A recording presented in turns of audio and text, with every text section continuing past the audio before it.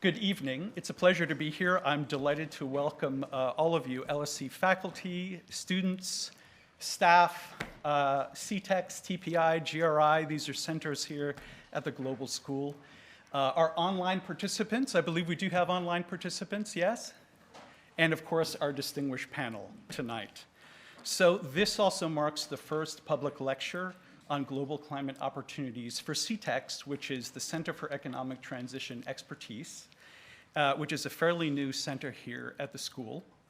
And it also marks my first time giving this public lecture on climate. So I'm happy to be here. I'm Rob Patalano. I'm the executive director of CTEX. And I'm happy to see my staff here in the audience. We're all here to kick this off with you. I would say, though, obviously, if you can sense from the title itself, it's quite a serious topic. It's Unlocking Climate Opportunities, Progress Amid Geopolitical Turbulence. And you can appreciate as global headlines shift from climate urgency to geopolitical tension, tonight we gather we really want to refocus on the opportunities for climate action that still lie ahead. And there's been clearly an international reprioritization, we've all felt it, that has put trade wars, military, energy security, immigration, competition, and even AI at the forefront of the international policy agenda. So undoubtedly, this reorientation further complicates the path toward progress in certain ways. I apologize, I think that was my mistake. Challenges related to the growing resistance in climate policy reform to some prominent G20 countries. Consequently, in certain international policy fora, this is also spilling over. And then reduced ambition of implementing comprehensive sustainability disclosure and also climate transition plans, shrinking fiscal space and rising debt levels, hindering climate-related expenditures and investments, and of course, constraints that we know, regulatory or otherwise, that impede scaling up of climate finance, particularly in emerging markets. So meanwhile, around the world, this has led to insufficient transitioning of corporate and financial sectors, a massive shortfall in needed investment, and a lack of support for the transition and adaptation, at least in some countries, amid significant fossil fuel investment. So all of this is really unacceptable, and we have to do more. Now, luckily, as I said, the title of this discussion tonight is about opportunities. So there's a range of identified opportunities that are being taken, and a measure of good progress is being made in at least some countries and a host of policy institutions. I would say many central banks, including Bank of England, Banque de France, the ECB, are really making progress by embedding climate factors into their portfolios, into their risk management, into their stability frameworks. And a number of prudential supervisors are doing the same, embedding climate into their risk frameworks and even thinking about climate litigation risk. There are certain finance ministries that are utilizing macroeconomic climate modeling, and they're better incorporating fiscal measures from green budgeting to tax incentives, and some are even now progressing, taking their NDCs and they're turning that into climate investment strategies. And even at that, a portion of public and private sector initiatives, such as the Transition Finance Council, here in the UK, are making progress to develop sound sectoral pathways, comprehensive transition plan guidance, and even playbooks to articulate how government, business, and finance need to work together toward credible economy-wide transitions. However, the achievements of the few need to be significantly scaled up, and that's why we're here tonight. The vast majority of these institutions need to incorporate the best practices of the few, and they need to redouble climate commitment and action. And this raises, as you can imagine, a number of policy questions: how to actually go about doing this, how to make additional progress both nationally and internationally when there are so many challenges with the geopolitics that are blocking this progress. And in that sense, I do want to tell you a bit about CTEX, about our organization, our center. Policymakers are searching for answers. They're searching for independent research, for sound policy, for trusted advisors. And our center actually provides this offering for G20 financial institutions, meaning central banks and finance ministries, even regulators. And we're doing this by developing policy research, by working on policy analysis and recommendations, and even providing in-country capacity building. So all of that is making very good progress. And in terms of how we see the positive impact ahead, I want to give you a flavor of what success looks like. So think a few years out, what does it mean actually to have impact in this realm?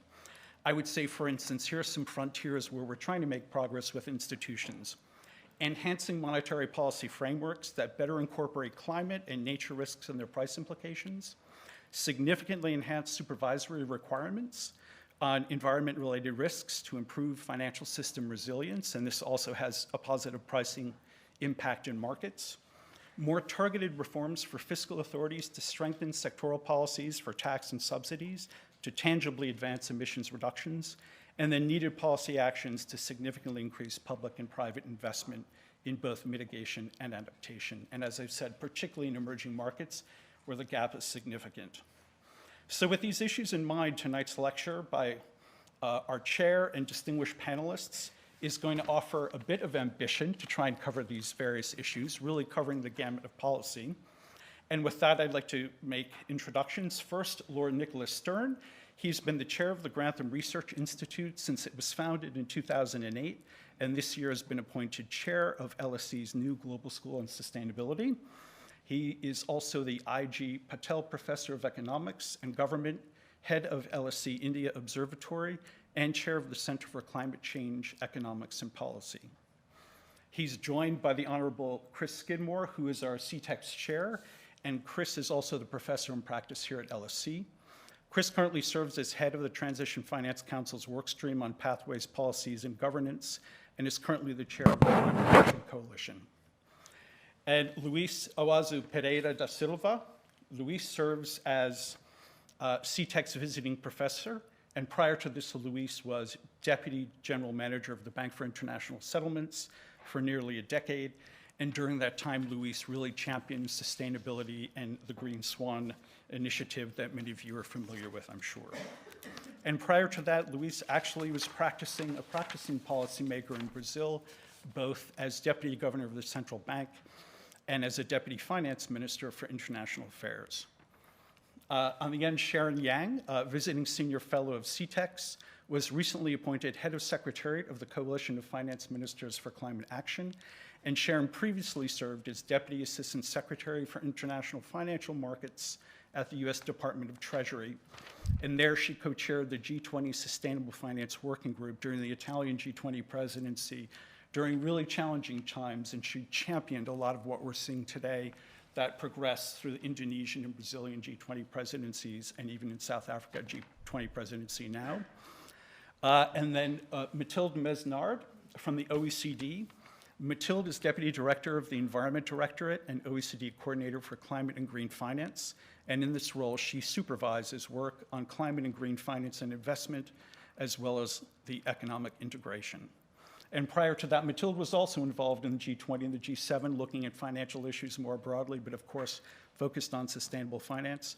And prior to that, she was acting director for finance and enterprise affairs.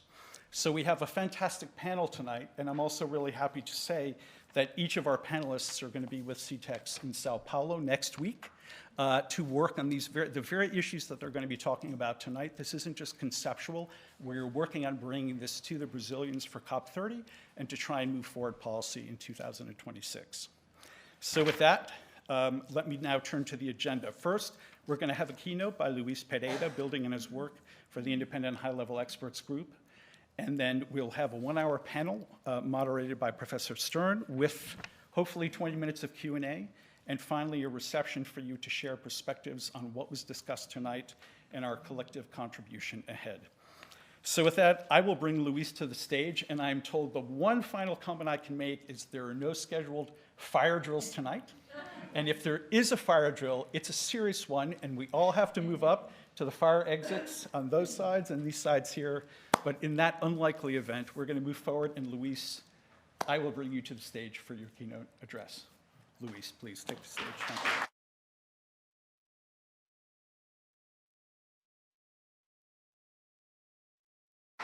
So thank you very much, Rob. Thank you all for being here. I'm very honored to be here with Lord Stern and my fellow panelists. I will be talking about the macroeconomics of climate change, see how it sort of can also engineer the push that Rob was mentioning in terms of financing the transition. So I think we all know that we are entering the 21st century burdened by the ghosts of crisis we were supposed to have solved in the 20th century. War is again a tool of politics. Currency, trade, and finance have been weaponized. Inequality is tearing apart our social fabric. And the specter of fascism walks among us once more. The Kantian enlightened safeguards built to contain humanity's Hobbesian impulses, the rule of law, international treaties, multilateral institutions, have been eroded, abandoned, or openly mocked. At the same time, we are caught in a Faustian fascination with new forces we barely comprehend: artificial intelligence, social media, the digital echo chambers that misrepresent and distort truth and accelerate social-political fragmentation and geopolitical turbulence. Yet, perhaps more tragically, we face the one threat we do understand, the green swan of climate change, and still procrastinate collectively. Nearly 2 decades after Lord Stern's seminal warning that climate change represents the greatest market failure in history and that the costs of inaction vastly exceed those of early mitigation, awareness has never been so high, nor state power so cynic. And yet we know climate change generates existential, irreversible disruption, feeding a vicious circle of social inequalities, the rise of conservative populism, and the geopolitical fragmentation that we are witnessing today. So despite all that, we need and somehow are making progress, and in any event, we need urgent and decisive policy responses, especially macroeconomic policies, the topic at hand today, that must address all these dimensions simultaneously. So first, the dangerous equation is when climate change worsens inequality, and that brings more populism. Climate change is not just an environmental issue. It is a systemic amplifier of inequality and political instability. Heat waves, floods, and droughts strike hardest at those least able to cope: low-income households, precarious workers, fragile regions, and poorer nations.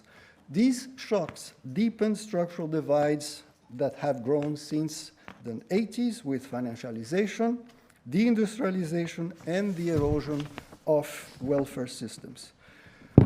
Inequalities feed resentment, which then turns against elites and against climate policies themselves. Without fairness and redistribution, the transition is seen as yet another injustice, not as a shared necessity.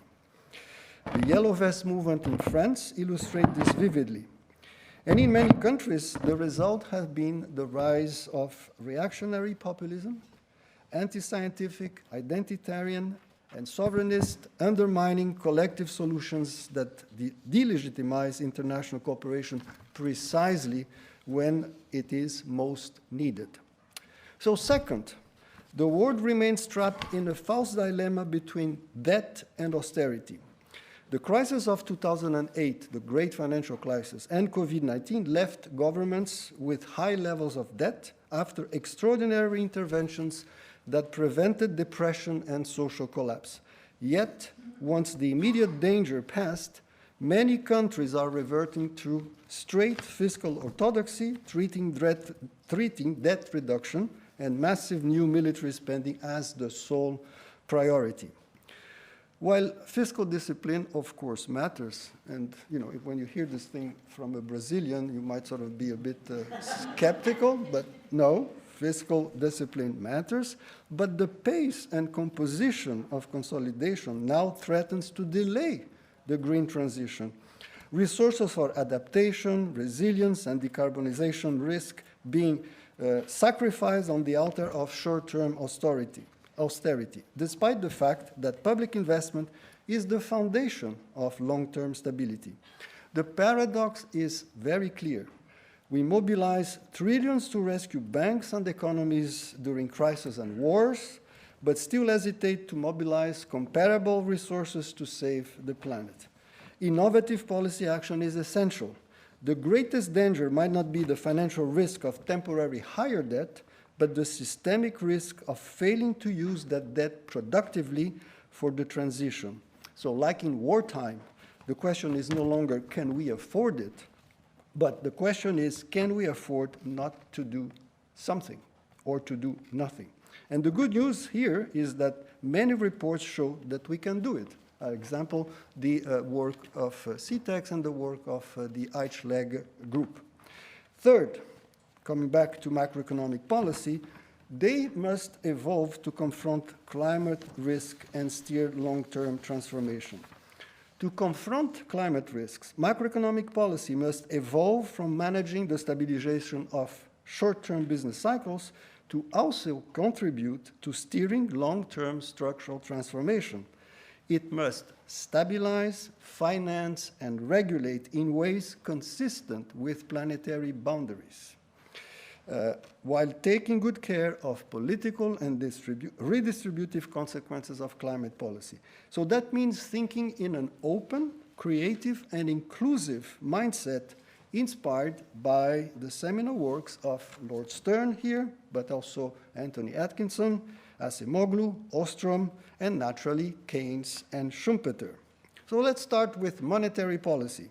It must become adaptive. Climate change generates persistent supply shocks that interact with demand and inflation. Central banks can prevent credibility while tolerating temporary inflation deviations linked to transition costs using longer-term conversion horizons, tolerance bands, and even perhaps a higher target for inflation with forward-looking climate scenario analysis. Automatic, pro-cyclical, standard inflation targeting, tightening in response to greenflation would only undermine Schumpeterian transformation. Now, fiscal policy. It also must adapt. Debt sustainability assessment should become dynamic, integrating the growth effect of productive climate investment and redistribution, while allowing temporary flexibility for mitigation, adaptation, and disaster response. What matters is the trajectory of public net worth, assets, resilience, and future capacity, and not exclusively short-term debt ratios. Excessively rigid tightening in response to high debt, undermining fair and effective Keynesian stability is not the way to go. Again, if properly regulated, AI could make targeted pro-climate transfers with redistributive taxation consistent with Atkinson's anti-inequality framework. It's not only feasible, but it's also manageable in a decentralized way. Above all, the transition must embed social justice. Progressive taxation and climate shields for the most vulnerable are the foundation of political legitimacy and success. Social partners, local authorities, citizens must be involved. Participation at the local level is essential. Following Ostром's insight, scarce, climate-related budgetary resources should be treated as a common pool of resources. And rather than assuming that only central authorities can design effective rules and policies, adaptive fiscal policy should recognize the capacity of communities, local governments to create and sustain institutions for the equitable and durable management of shared resources. The democratic transition is not an accessory to climate policies. It is the engine of sustainable transformation. Third and final, financial and regulatory policy must align capital allocation with climate goals. We will be talking about that in this panel. Prudential frameworks, capital requirements, and disclosure standards should reflect climate risks. Green taxonomies, credible carbon prices, and transparency on exposure are essential to steer investment flows.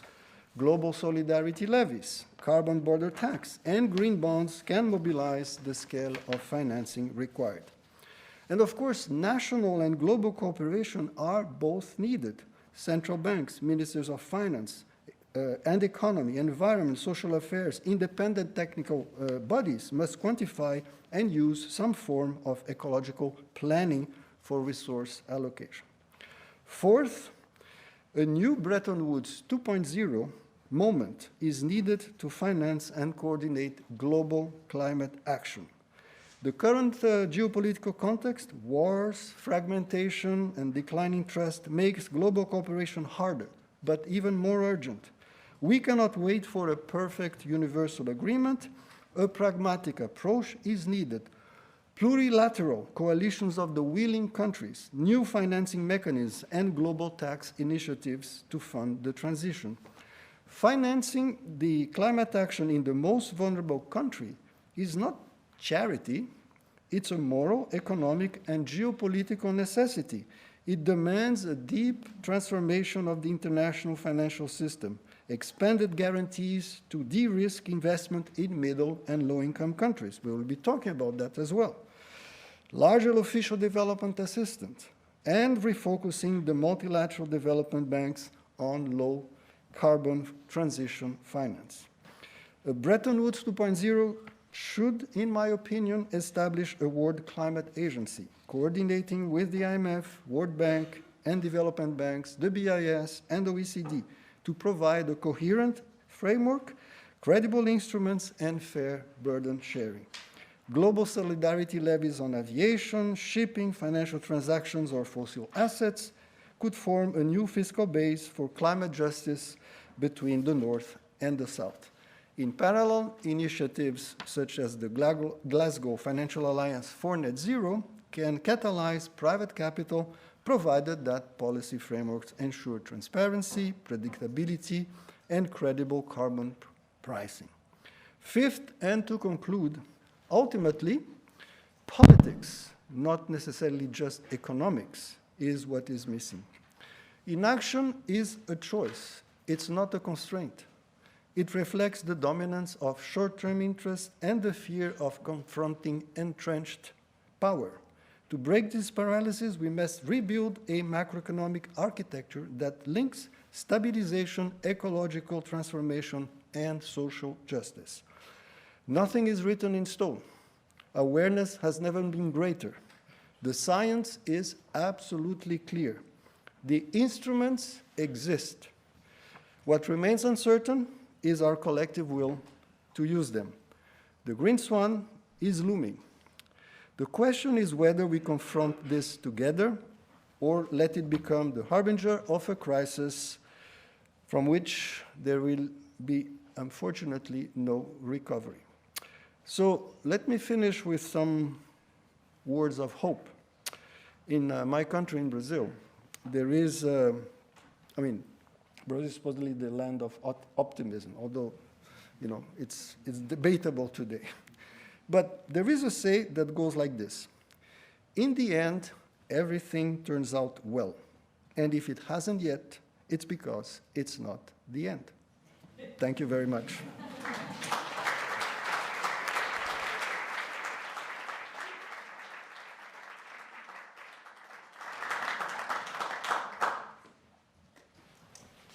Thank you.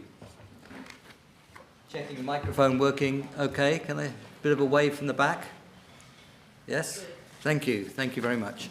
Thank you so much, Luis. That was wonderful in its breadth and its depth, all the way from Anna Holmström and Joseph Schumpeter to the practicalities of international gatherings. And yes, we like the hope.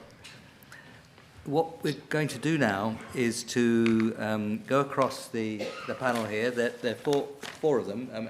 Luis is one, and Mathilde and Chris and Sharon were introduced by Rob at the beginning, so I won't do that again. We want to leave time for the audience to ask some questions, so if I could ask you to keep the answers to 4 or 5 minutes, given that we're close to 7 o'clock already.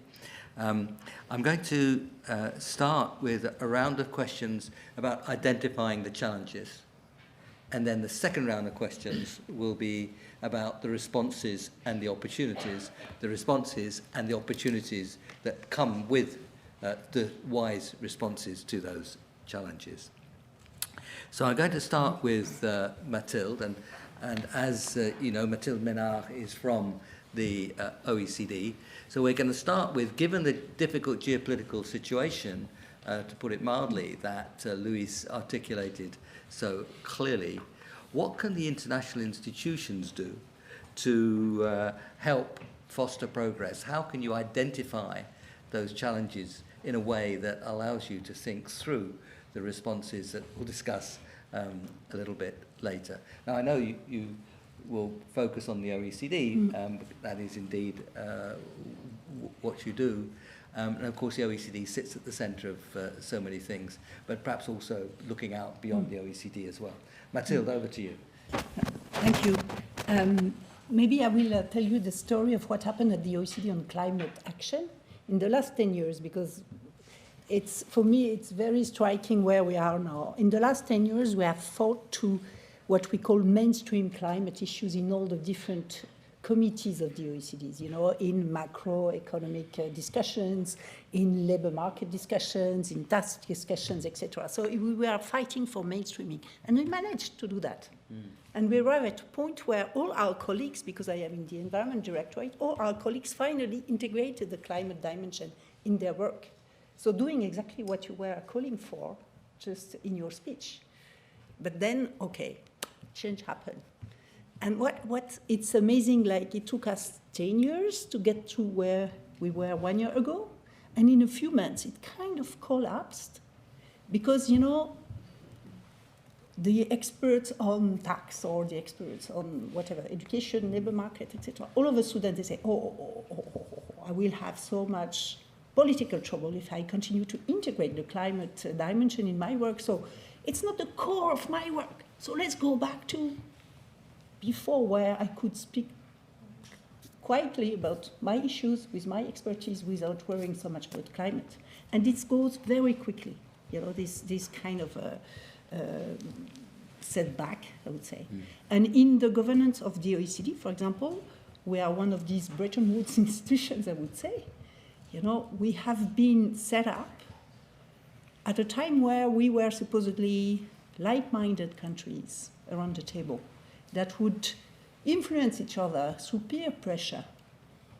But now we are not so much like-minded, and everything can be blocked, and everything is being blocked as we speak, in terms of having, for example, a fantastic paper on trade and climate, which matters a lot. This is being blocked. We cannot publish it, So we are at a time where really the multilateralism is threatened, because we cannot agree on anything at the OECD, but at the G20 also, So it's really a fundamental threat to multilateralism. But to advance on climate, we need multilateralism. So the only thing that, at a time where we need really integrated policies, we are disintegrating these policies because everybody is trying to save its core agenda. And what we're trying to do to face this challenge at the OECD is we try to focus on, data and evidence. We have always been, or tried to be, evidence-based policy making. But these days it doesn't work because some do not care about fact, data, and evidence and truth. But still we need to continue to showing. You say that now we have the awareness. We need to continue showing how things are working or not working, which policies are working or not working, and that's what we try to do. And what we are trying to do also is to change the narrative to make it a positive narrative. Yeah. Climate is good for growth, it's good for prosperity, it's good for development, and we are showcasing that with data and model, serious ones, So try to change really the narrative towards a very positive one, and I think that's a good, maybe the political circumstances has forced us to go towards this more positive narrative, and it's a good thing. Very good. Because it's, as you said, and I think your upcoming book is on that, That's really like the major economic opportunity of our times. And we have to do it. So that's what we do, and of course we also to work, because we cannot reach any more consensus at the global level. We need, as you said, to work with coalitions of willing countries or willing institutions, willing banks, etc., and also work with specific countries that want to go in the right direction. Very good. As you've really identified the major problem, which a major problem, which Mia Mottley, the Prime Minister of Barbados, summed up at the annual meetings just over a week ago. The mood has changed, but the facts have not. And the response that you've begun to describe, it will be developed as we go along, is staying with the evidence, staying with the facts, staying with the analysis. You have to try rational argument. It certainly beats irrational argument. And I'm sure that's what we're going to explore. Thank you for the reference to my book being launched, at the LSE on November the 5th, next week. It's called The Growth Story of the 21st Century, the Economics and Opportunity of Climate Action. We'll come to Chris in a minute because he has a book in very much the same spirit, which I hope you all have already read. But we're going to turn to Sharon now. And Sharon is at the heart of the Coalition of Finance Ministers on Climate Action, now with 100 members. And Sharon, if you could help us with how you see the problems and the challenges within finance ministries and how they're taking on the challenges, of aligning policies with climate action, also in this current quite difficult political environment. So over to you, Sharon. Great, thank you for the introduction and for the question. I mean, first I would say ministries of finance have always juggled multiple policy priorities, and in fact their role in climate action is being brought more to the forefront as countries move from what I like to say ambition to action and need finance ministries to help coordinate and implement initiatives such as their NDCs that Rob mentioned, national adaptation plans, more internal implementation of country platforms, industrial policies, fiscal pricing mechanisms, and otherwise. And as Luis and others have noted, material climate impacts have implications for macroeconomic stability, growth in public financing, and therefore climate action is not only within finance ministry core mandates, but we also, frankly, no longer have the luxury, so to speak, of treating climate as its own siloed policy issue. And so, one, it's interesting that Michelle also used the word mainstream climate because finance ministries, I think one of the key challenges is also to continue to mainstream climate through their core mandates and specific responsibilities, similar to what you mentioned, Matilda, at OECD. So one challenge, for example, is making sure that macro modeling that accounts for transition and fiscal risks, green budgeting that accounts for climate and nature impacts and fiscal planning, as well as, of course, aligning green and economic incentives and taxes and subsidies. So you mentioned the Coalition of Finance Ministers for Climate Action. I think this coalition is a coalition of the willing, and that's sort of when you get to the crux of how we can move forward. I think there is an opportunity there where we don't let the perfect be the enemy of the good. We may not have the luxury of relying on existing traditional multilateral engagement mechanisms. Luis mentioned that some of those mechanisms may be faltering, and we may organize coalitions of the willing around different segments, different industries, different climate policy issues, and to me it is about taking action where we can and making progress wherever we can without being tied up to prior nomenclatures of multilateralism, to be completely candid. And I think this really reflects an enhanced understanding that there are huge economic costs to climate change. Under current climate policies, global GDP could be up to 15% lower by 2050 compared to a world without climate change. And according to Munich Re, in the first half of 2025, for example, global climate catastrophes cost over $160 billion just first half of this year, US dollars, and in emerging markets and developing economies, less than 10% of disaster-related losses are insured. And thus the fiscal costs of recovery really divert resources from other needs and growth-focused investments. So I think ministries of finance are both focused on enhancing their supply of analytical tools and capabilities, but they're also particularly concerned about the potential impacts of physical climate change on GDP and on revenues and on expenses. And here, even the G20, right, recently recognized the importance in their declaration on disaster risk reduction. And back to, again, what others have mentioned, we really need to look at adaptation, for example, as a form of risk management, and how investing now helps avoid higher costs and levels of spending, debt, and contingent liabilities in the future. UNECA's chief economist, for example, has noted that for every dollar spent on resilience, it's expected to yield $10 to $14 in avoided losses and lower disaster costs. And so here we have implementing tools such as insurance schemes, catastrophe bonds, debt for adaptation swaps, which can really help manage risk and enable orderly recovery. There's also the challenge, and again, Luis mentioned this as well, of ensuring reforms are effective, socially just, politically acceptable.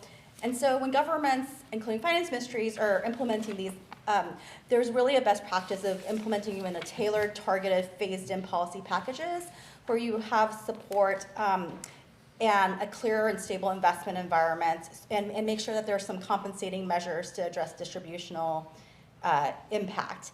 And again, back to the opportunities point, your book, but also what Rob mentioned as kind of an approach that we're all taking here and discussing tonight.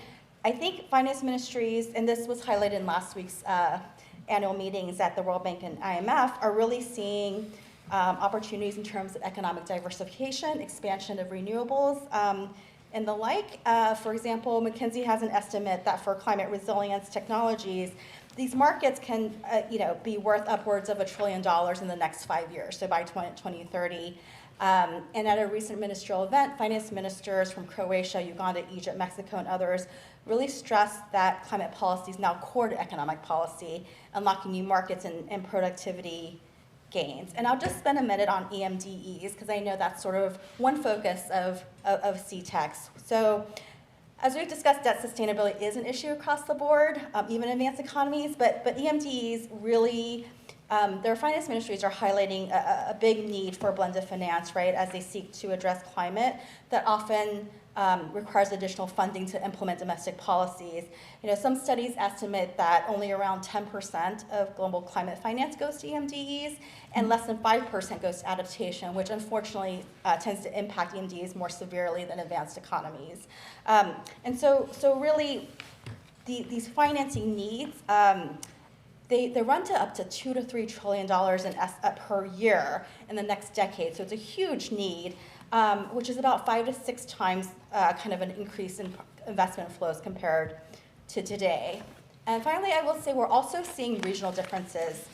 So East Asian and Pacific jurisdictions are so far able to mobilize a little bit better, greater amounts of domestic resources, while other jurisdictions like Sub-Saharan Africa are more dependent on external financing. So basically, in some, the climate action policy tools and best practices, finance ministries have been applying them across all jurisdictions, but the relative challenges and I think impacts will differ, often depending on one, domestic human and technical capabilities, 2, current and growing debt burdens, and then 3, the ability to enable sustainable finance via domestic markets. Thank you so much, Sharon. And you can see the discussion has moved investment and the finance of investment absolutely to centre stage, and particularly in emerging markets and developing economies. And I think investment and finance will stay at centre stage throughout the discussion. Just one footnote on estimates of potential damage. By mid-century, we're quite likely to be pretty close to 2 degrees centigrade, sadly. And by that point, we could well have hit some tipping points in climate systems, whether it's collapse of the Amazon, the loss of the coral reefs, the thawing of permafrost. And all those estimates of potential damage that we see at the moment are usually without those tipping points. So it could look, sorry to be less cheerful more dire. for a moment, it could be more dire. But we're talking about how to get out of that. So, Chris, you've lived the politics of all this. Mm-hmm. You've lived the analytics of investment and growth. You were asked the question about the impact on the economy of the net zero policies, and you gave a strong and clear answer that the impact of good policy is strong growth. But you've lived in those political difficulties, and could you help us understand what it's like to try to manage that kind of political pushback? And we'll come to take that discussion forward in the second round. But you've lived it, and in a way that is a much more direct experience than the rest of us. So Nick, I'm probably a sort of rare breed in that I was a former Conservative minister and member of Parliament for 14 years. During that time, I was energy minister in Theresa May's cabinet and had that opportunity to sign the net zero legislation into place that sort of meant that the UK became the first G7 country to commit to net zero. It built on the 2008 Climate Change Act that Ed Miliband had signed into law, and both those pieces of legislation at the time in 2008, when the Labour government under Gordon Brown introduced it, it was a commitment to reduce emissions by 60% on 1990 levels. The Conservatives in opposition said, actually, we will support this, but only if you raise the bar to 80% emissions reduction. And then coming forward another 11 years afterwards, I sort of said, we looked to the Committee on Climate Change on the back of Paris and the UN 2018 report that sort of recommended that net zero was the trajectory, net zero by 2050 was the trajectory to keep on a 1.5 degrees pathway. Now, neither the Climate Change Act nor that net zero legislation would today be possible. The Conservative Party has now sort of abandoned its support for net zero in the face of a rising reform threat. And we've seen that sort of Overton window move on, not just politically, but economically as well. And the paradox is that the more convincing the economic case becomes, actually, the harder it seems to be to make that case and have the sort of cut through. And I would say, when it comes to politics, it's all about communication. I look back now at some of the lessons that I think I should have learned at the time. It was all about emissions reduction. Everyone was declaring a climate crisis. All the local authorities were committing to net zero by 2030. Places like Brighton were saying we can do it by 2025. And I was getting a lot of pushback where people were saying, this net zero stuff it's a conservative centre-right sort of construct, doesn't go far enough. We need absolute real zero as soon as possible. And if you told me then that now net zero is now seen as some kind of extreme sort of left-wing sort of semi-communist construct, I simply wouldn't have believed you. And that's the reality that they're facing. There may be certain terminologies like adaptation that today seem very reasonable and grounded and recognise the fact that we're probably no longer living in a 1.5 degrees world and that we're going to have to actually understand that we're going to have to adapt. These were the COPs of the late 90s and early 2000s. You had this battle saying we can't have be focusing on adaptation. We need to focus on mitigation, and now that's all gone. So understanding that the language must change is something someone like John Kerry's taken forward. So you're saying the new ESG has to be about efficiency, security, growth, but also recognising that we've got to be able to understand that this is a game of chess. That you've got to be able to not just play one move, but think several moves ahead. So today, for instance, Petrofac has gone into administration. It's got nothing to do with necessarily climate, apart from the fact that these challenges to oil and gas companies are going to arise ever more often.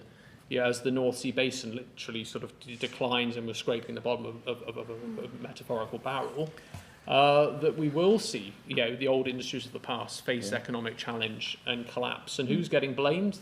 The proponents of net zero, when in fact the reality is it is just raw economics that these companies are no longer sustainable, quite literally financially sustainable. We saw it in South Wales with Port Talbot. The industries have been propped up by governments for decades, and actually net zero and the transition has meant that it's saved several thousand jobs. All the jobs that have been lost if it wasn't for the fact that we've now got some of the industries moving across to green transition opportunities.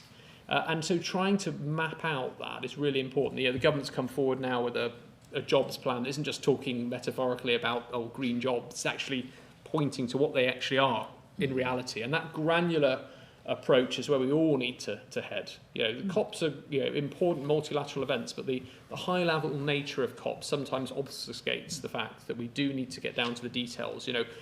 Time's moved on now, and it comes down to this challenge of what do we want to keep, what do we need to adapt. Adapting is not a failure. Adapting is recognising that you've got to be agile on your feet, so you've got to recognise that times will change. Net zero is the science. We keep to net zero. We shouldn't abandon those core principles, otherwise more generally, we look disingenuous.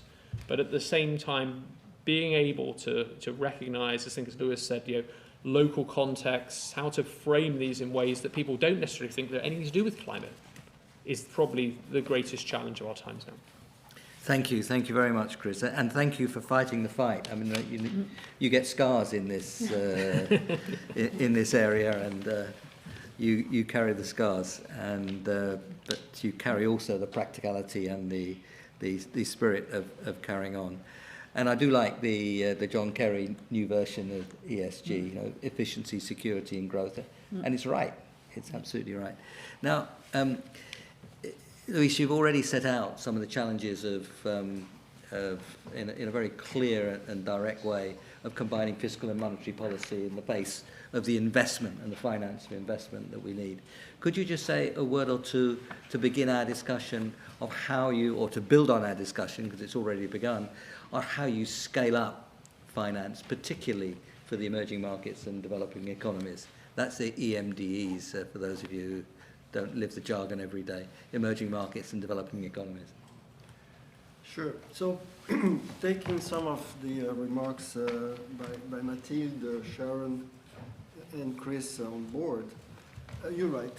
The challenge is really to be able to mobilize the pot of global savings that exist and make these guys consider investing, in my word, which is our word, of emerging markets and developing economies. The big challenge is to have very large amounts of financial climate flows into these EMDEs, because otherwise they will simply, for development purpose, and it's fair in the minds of everyone there, and leaderships, governments, to just develop, to grow. But if they grow with the same carbon footprint that we did ourselves, this is going to be a disaster. And Nick, you were mentioning that we are already in the brink of hitting a much higher temperature than the Paris Accord. So really, the major challenge is to create the framework. And of course, macroeconomic policies in many countries will help. But you need to consider, okay, what exactly is preventing these flows to going into the developing worlds? We know from the old classical international macroeconomics literature that these flows do not just spontaneously, naturally get into financing the developing world. So we have been working, and Nick and many other people have been sort of steering up this work about, okay, what is it that is considered too risky for investors, and I think Sharon touched upon some of the topics, and so it's Chris, too risky in the developing world to be sort of worth consider scaling up their effort there. And we know some of the reasons, basically there is this high risk perception of developing countries being less safe, less institutional robust than countries in Europe and more advanced economies. There is the idea that the regulatory framework, this is a kind of technical word, but look at the regulatory frameworks that command bank investment. It's the framework that we call it's Basel III. I worked at the BIS, the Bank for International Settlements. There are a bunch of committees there that are precisely the ones responsible for setting risk categories, procedures for bank to safely invest in the developing world. Mind you, the Basel III framework is a very good thing. It was supposed precisely to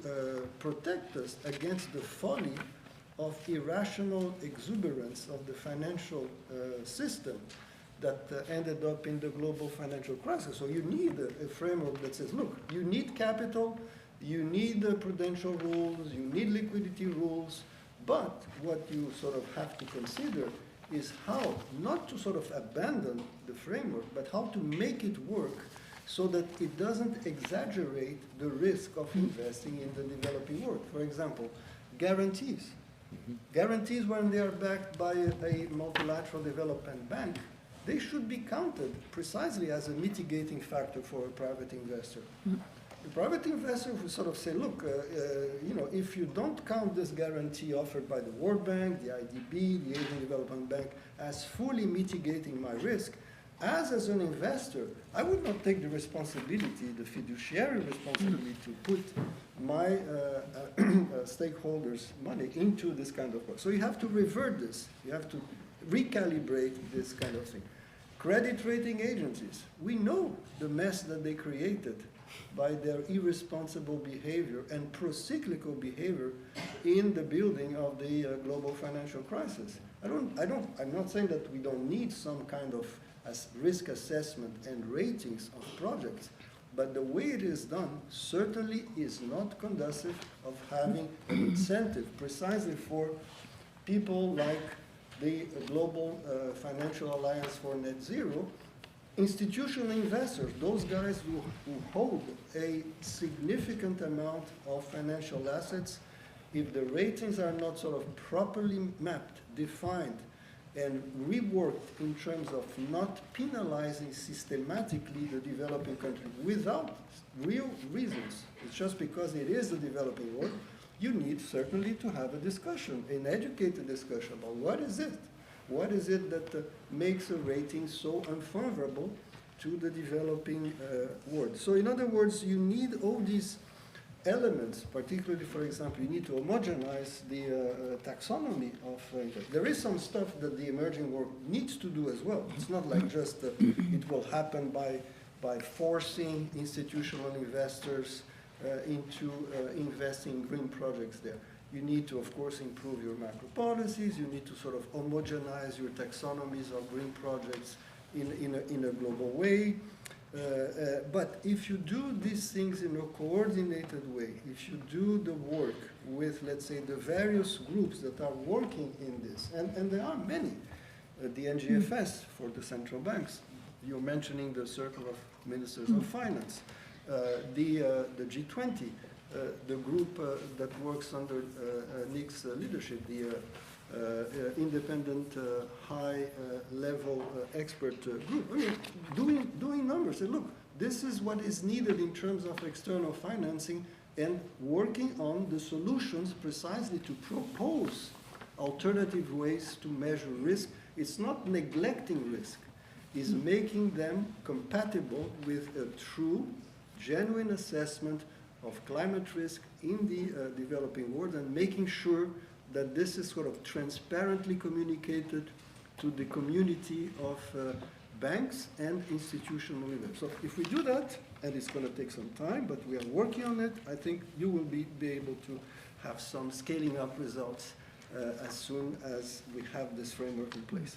Thank you very much, Luis. Let's continue that story. Can I ask the panelists now, because I'm very keen to open up the questions around in about 12, 13 minutes time. So this time round, if we could keep the answers to 2-3 minutes, so that we do get there's a strong LSE tradition, indeed a requirement that we allow time for questions from the audience, and that's as it should be. So Mathilde, what can the international institutions do to scale up the kind of finance, the blending of public and finance, the blending of the different instruments and so on? What can the international institutions do to push that along? I think I will answer you with three big blocks of action.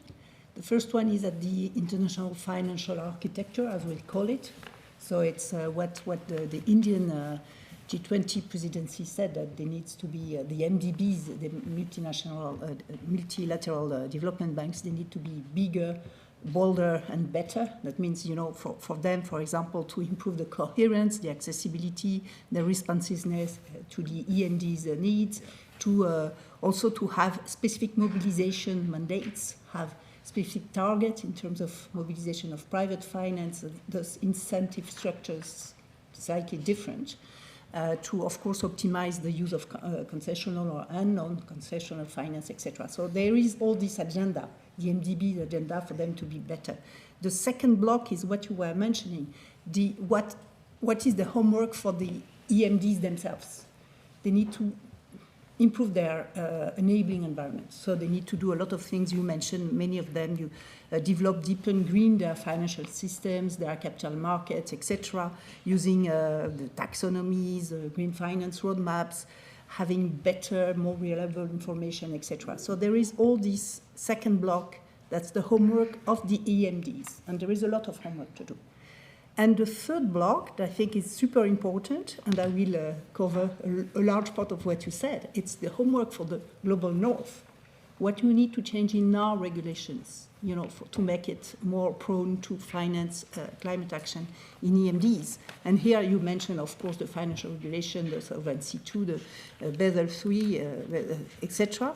But there are other topics that are less discussed, but I think very important also. If you think about corporate governance standards, they need to be adjusted to be fit for purpose and to be implemented in a way to really align with climate action. Of course, all the disclosure standards. But you have other topics also, like if you look at, cross-border trade financing, the export credit rules, they might need some adjustments also, not to favor this finance in EMDs.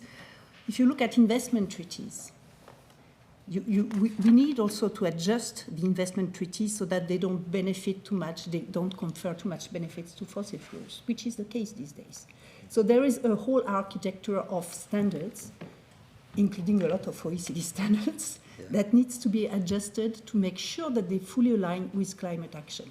And that's the homework of the global north. So I think there are really a trilogy, the architecture, the international financial architecture with the MDBs reform that is discussed a lot at the G20, including the enabling environment in the emerging economies, and our, standards, our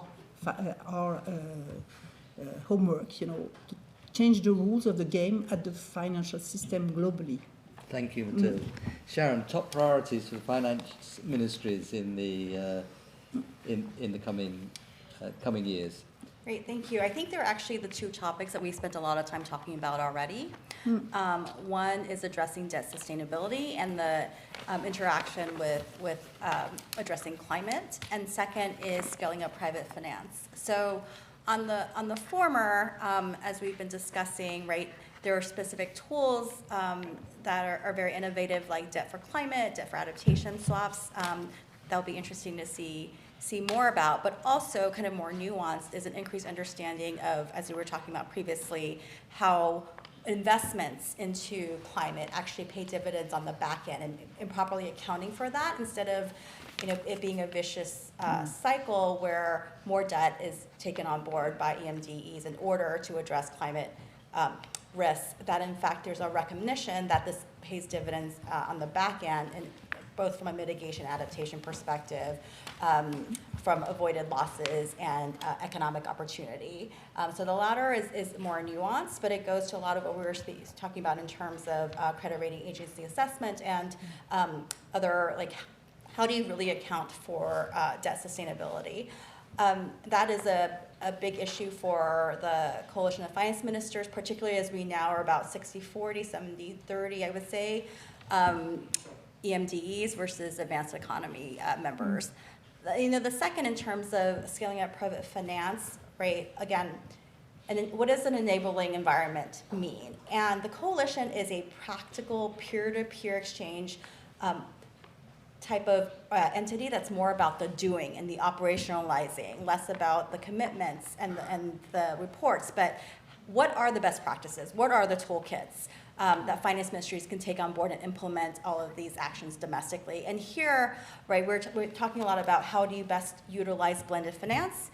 How do you de-risk for the private sector? And in my prior life, I would say the regulatory capital environment that Luis mentioned really resonates in terms of not that you don't properly account for the risk, but make sure that the risk actually is addressed in a more nuanced way when it comes to investing in EMDs and in climate, and making sure the regulatory capital properly incentivizes and does not overly kind of disincentivize, I suppose, those types of investments. But two, things like addressing FX risk is also an issue. And for jurisdictions that just will never have the domestic capital markets kind of ability, very small, island states and the like how do you address the FX risk? That's always kind of an interesting question, and there's a lot of innovative tools being done there as well. So these two aspects, really flip sides of the same coin, I think, of financing are going to be priorities for finance ministries going forward. Thank you so much, Sharon, and thank you for all the work that coalition is doing in helping the finance ministries learn from each other and build sort of coherent strategies. Well, thank you for being one of our key advisors. So, thank you, Sharon. So, Chris, how can business and finance and government work together to establish these credible pathways, to create the environment for investment, and of course to bring through the finance that can take it forward?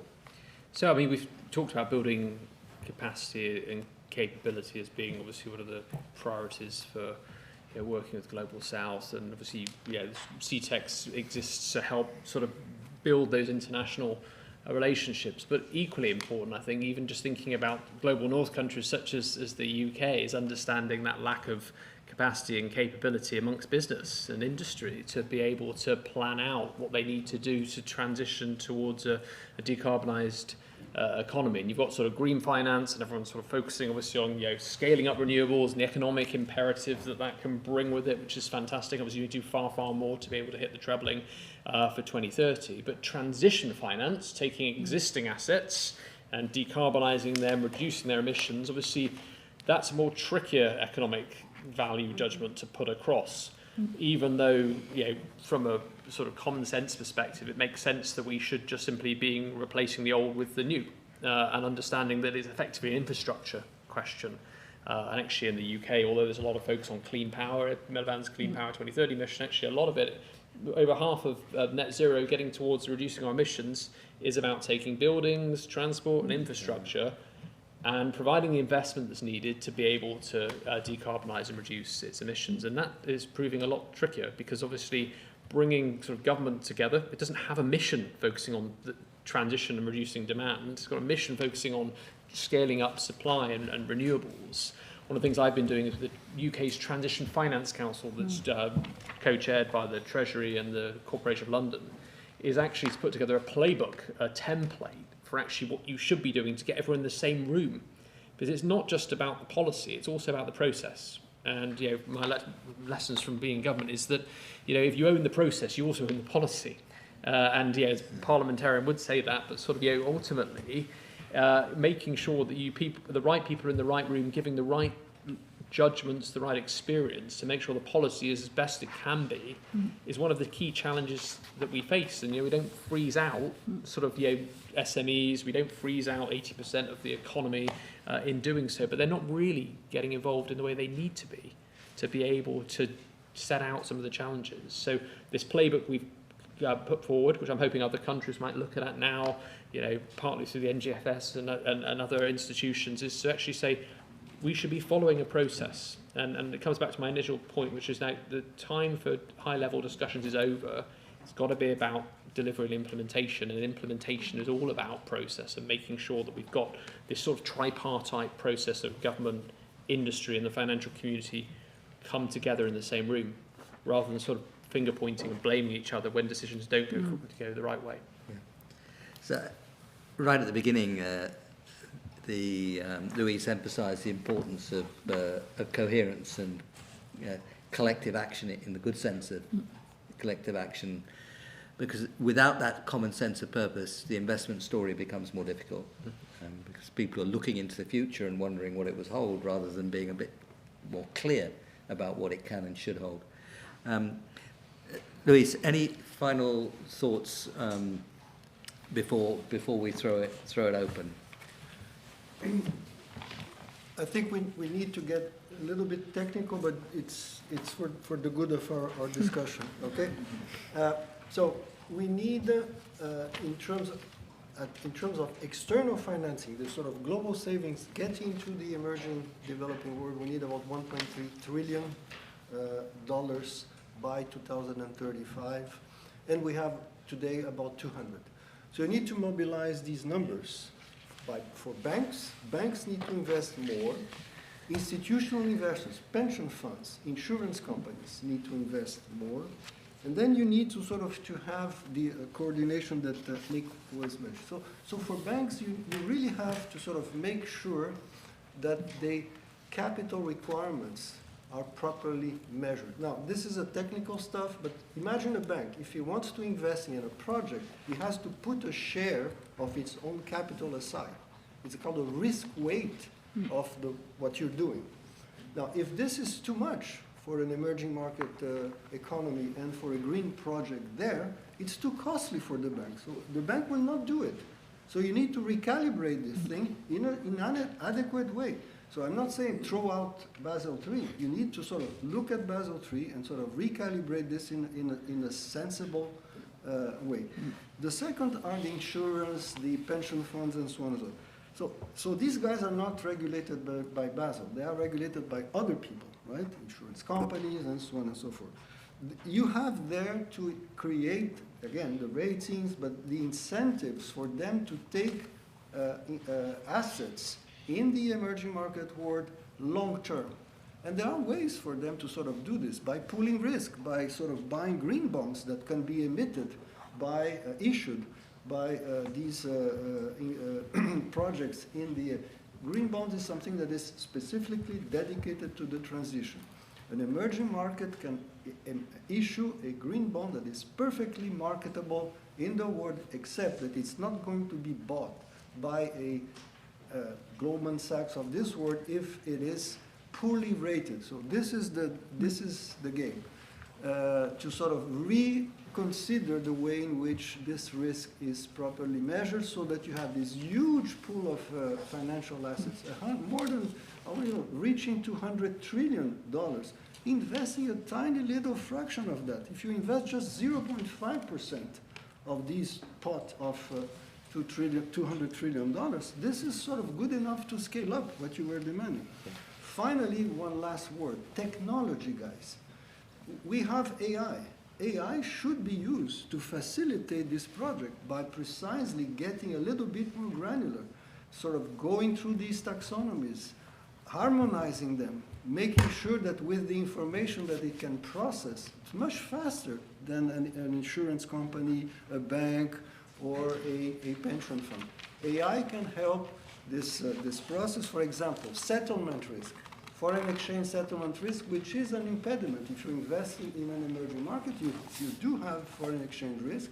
It's not going to be solved, but at least part of it with technology and the fast payment systems that the digital technology can allow, you can sort of also mitigate some of the risk. So if you put all this together, you talk to all the actors, you talk to governments, you talk to the G20, you talk to Basel, you talk to the BIS, you talk to the IMF, you talk to the World Bank, which is exactly what people like us do. Well, then you might have inside a little bit of a solution, not be solving miraculously everything, but at least you can sort of work in the right direction.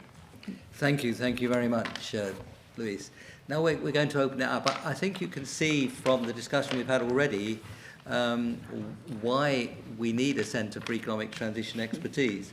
Because as soon as you get into the investment and finance, you get to the conditions for investment, you get to the policies that can encourage investment, you get the institutions around investment, whether it be Climate Change Committee or the banking structures and so on. And similarly with the finance. The technicalities of the finance are all about who takes what risk, how it's managed, how you can reduce the risk, how you can share the risk. And that is inevitably technical. It's also fascinating, but it is overwhelmingly important, because this is about investment. Unless we raise the investment in the right places strongly, and the next 5, 10, 15 years, we will be in deep, deep trouble.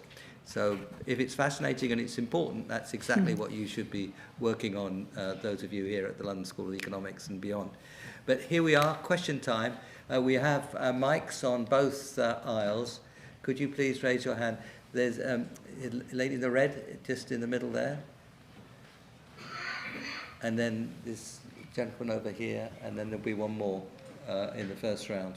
Could you raise your hands again? I just want to identify the last one in the first round. The lady in the black there. So that's our first three. And could you say who you are, please? Hi, my name's Vera. Thank you so much for the talk today. It's absolutely incredible. You spoke a lot about investments. So I want to understand what role you see innovative technologies play in climate action, because UK government obviously decided not to renew the net zero innovation portfolio in June despite success. So where do you think that will leave us in our progress? Thank you. Thank you. Was that the technology? So I just didn't catch the centrality of the which technologies? So the government decided not to renew the net zero innovation portfolio despite success in investing in climate tech startups. They're solving many amazing problems. And with that not being renewed or success announced, why do you think that will leave the UK in its climate action progress?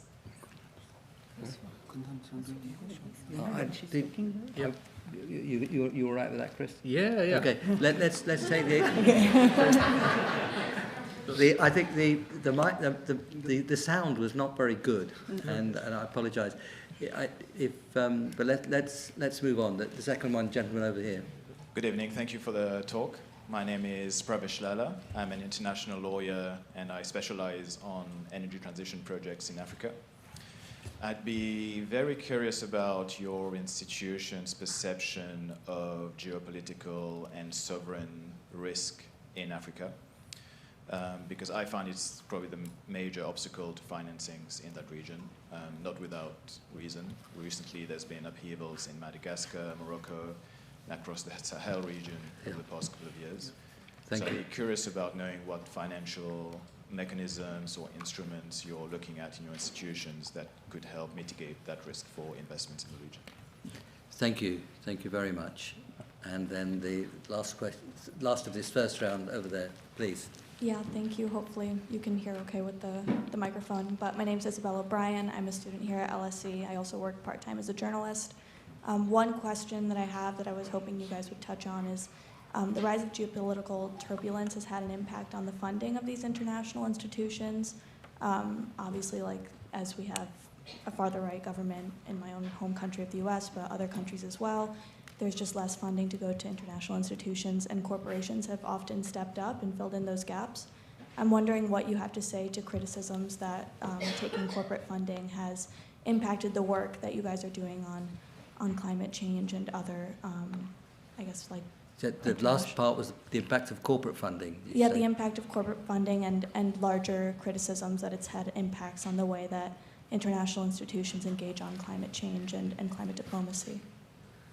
Very good. Thank you. So, well, don't have to have all four on all three, but Chris, would you like to start? Yeah. So I think that sort of role of technology, obviously, sort of globally, the IEA said I think we've got 63% of the technologies we need right now to be able to deliver for even net zero by 2050. And there's always that tension, obviously, of making sure that we continue to double down on the existing technologies. But that said, you know, we're seeing a huge transformation now where, say, for instance, on solar, the battery technology is coming up through the ranks, and obviously long duration energy storage is one example where we know we're going to be in a very different place with the learning curve that's taking place. And actually the Transition Finance Council, our next piece of work is actually on long duration energy storage at the moment, on some of those early TRL levels to make sure they do get the investment. And, you know, the government may have cut their funding, but I would say that, you know, it's not always just the role of government. It's how do we get that sort of early stage funding in place for some of the technologies that it really should also be an enhanced role for the private sector. So that's one of the things we're trying to do with the Transition Finance Council, is understand where is capital need to be allocated for those early stage technologies. But I would say, you know, from the UK government's perspective, every sector has got a sort of sector transition plan that's being drawn up. In that sector transition plan, you've got a finance plan, you've also got a technology roadmap. And it's imperative that we map out, I think, yeah, we don't necessarily sort of put to one side or miss out on those opportunities, particularly after 2030. I think, yeah, one of the challenges with the Clean Power Mission is making sure it's not just all about thinking 2030 is the goal, it's also electrification of industry using new technologies that aren't necessarily prepared. So really good question about making sure that the technology does feature within the finance plans and that we do think about these early TRL levels at this particular stage, because now's the time to make sure we've made those decisions. Yep. Thank you very much, and could I add just one thing on that, is also the role of artificial intelligence. I mean, there's one piece of luck that we've had, is that the need for the green transition has come with the expansion of the AI. And if you think about how so much of this is about managing systems, creating cities where you can move and breathe, and the public transport, and how that is all going to work, and along with the heating and the energy.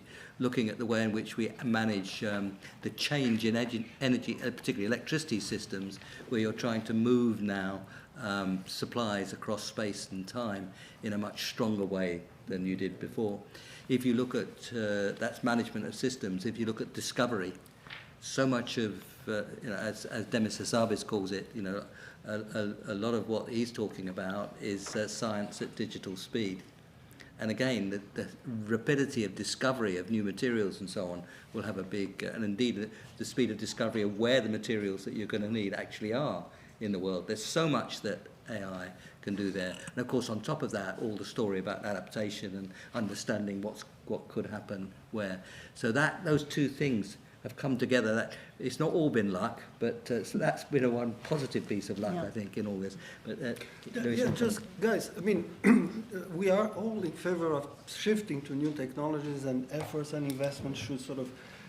One remark is that we also need to be careful that some of these avenues have constraints. I mean, if you bet on electrical batteries, there are some constraints in terms of critical minerals. You won't have enough critical minerals.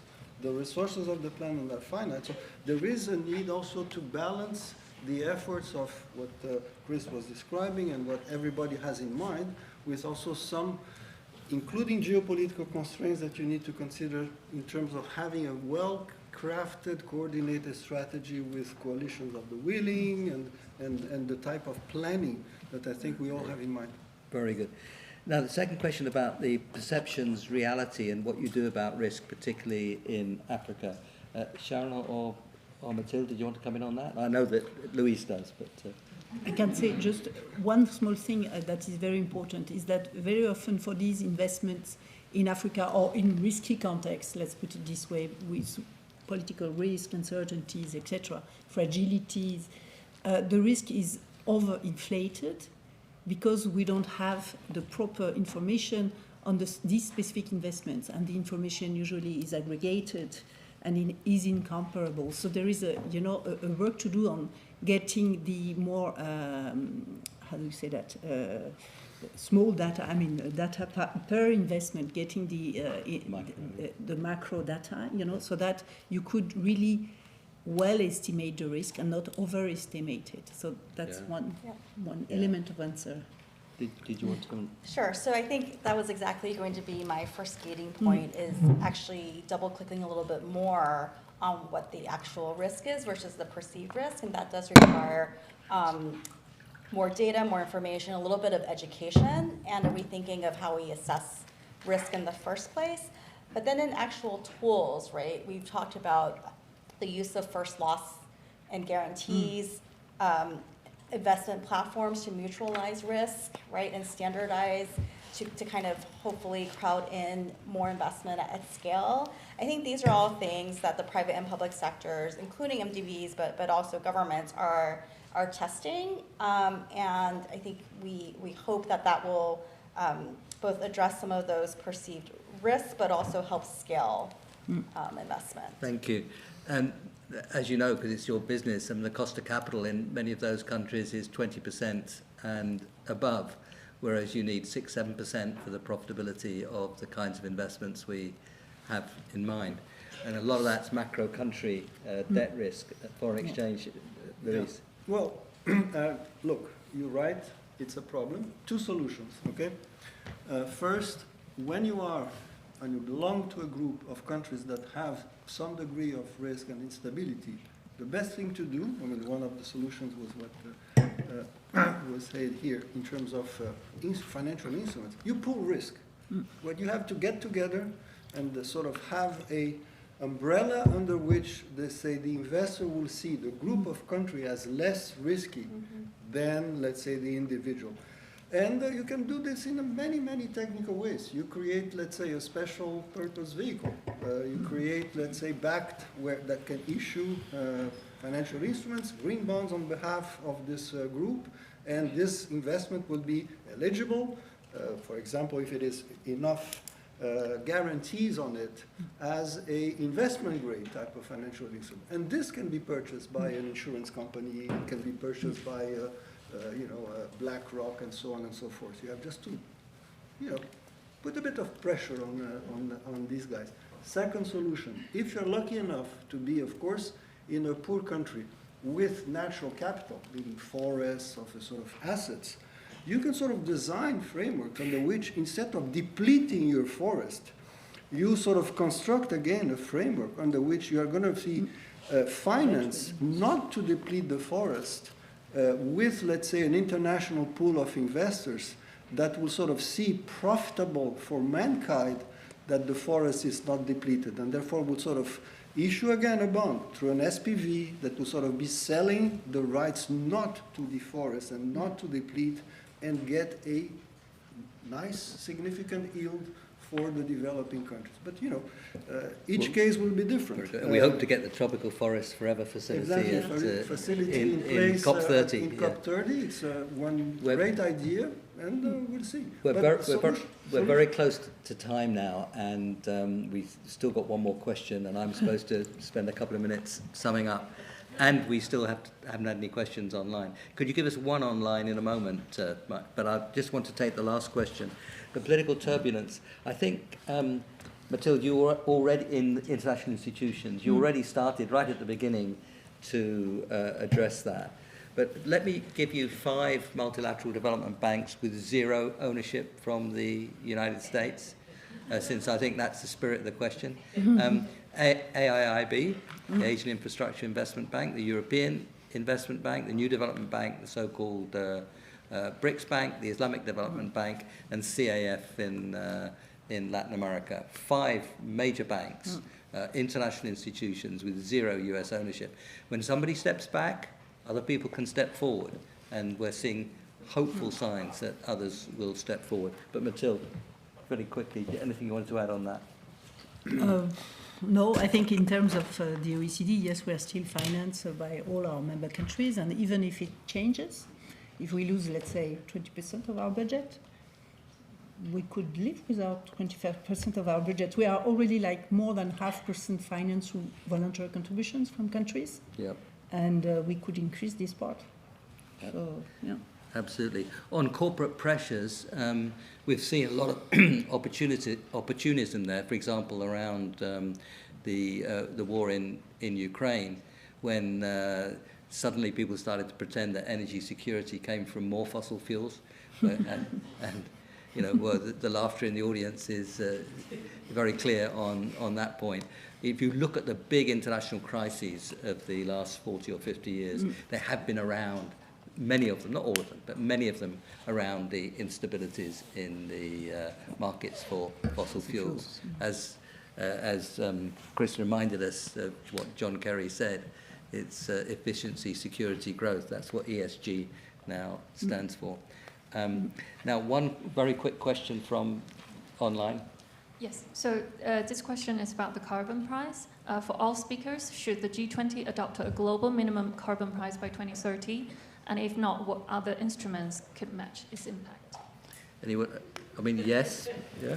I guess it's politics is all about the art of the possible, and I guess the challenge we've got now is how do we make sure we don't overreach, knowing that sort of that every action is going to have a reaction. We'd all want to have a carbon price. The reality is, is that going to be underpinned by the correct sort of policy mechanisms to be able to deliver it? I mean, the emissions trading scheme is in both Europe and the UK, is a stable mechanism that's, it's evolution rather than revolution, and has been able to bring sectors in it and will continue to do so. And CBAM hopefully is going to see, significant sort of shifts in a way that we're going to be able to hopefully see the carbon price expand.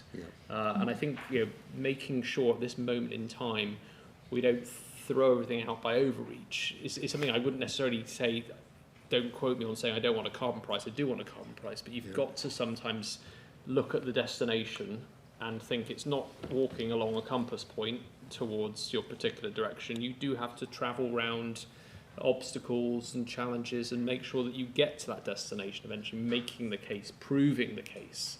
And I think, you know, that case for the carbon price can be proved. Yeah. It's just that we've got to work to do it together. As you've seen in the discussion here, this is all about getting the investment going, getting the conditions for investment and financing for the investment. The carbon price is part of that story. But of course, as you've seen from the discussion just now, there's so much more to the story than the carbon price. But don't get us wrong, we're not throwing out that particular baby with the bathwater. That really does matter. But what point has been made across the panel here is so much more around the investment and finance process are crucial. On the G20, as you know, the UK will be the chair of the G20 the year after next. The United States is chair next year. And, I hope many of you, and certainly most of us here, will be pushing the UK very hard, I hope, at an open door, to make investment and the growth of the world economy around the kind of investments that we've been discussing here, centre stage in the UK G20 investment. I've got just probably 2 minutes max to try to sum up. But I think we started at the beginning with the notion that the mood has changed, but the facts have not. And there's a big paradox here. Every time you look at the science, it gets worse. Every time you look at the technology, it looks better. From that point of view, this should be the moment when we're driving that acceleration forward. So the challenge to the mood change is to get the arguments out there and get the facts out there, the evidence, and show how this can be done. I think that's the first big conclusion that we came to very clearly today. The second is and that's really the whole story that I've emphasised all the way through, rightly so, and so is the panel. This is about investment and finance. Investment for fundamental structural change. We need to invest as a world probably another 2 or 3 percentage points of GDP, rather more in emerging markets and developing countries. More than half, well over half, the infrastructure that India will have in the middle of the century will be built between now and then. This is really, and of course, that statement is still more strongly true of much of Africa, where the infrastructure is much less. Those choices, in large measure, will shape the future of us all. And there's so much we can do together. And Mathilde summarised it with the MDB's job, and the job of the country is to create the conditions for investment, and then the job of those, mostly the rich countries, who shape a lot of the regulatory and insurance kind of guarantee kind of structures. Those are the things we have to do to get it all in place. Chris showed us how to handle and the politics of all this, and Sharon gave the leadership of the finance ministry as core to all this, and Louis helped us put it all together and integrate across fiscal and monetary and so on. So you can see that this is a story of enormous opportunity, and I think most of us here are very optimistic about what we can do, but I think we're all deeply anxious about what we will do, and human folly can throw away this opportunity. But rationality, good argument, study and policy engagement is what we need to turn that opportunity into something that really happens. Thank you all very much for coming, and thank you all for CETEX.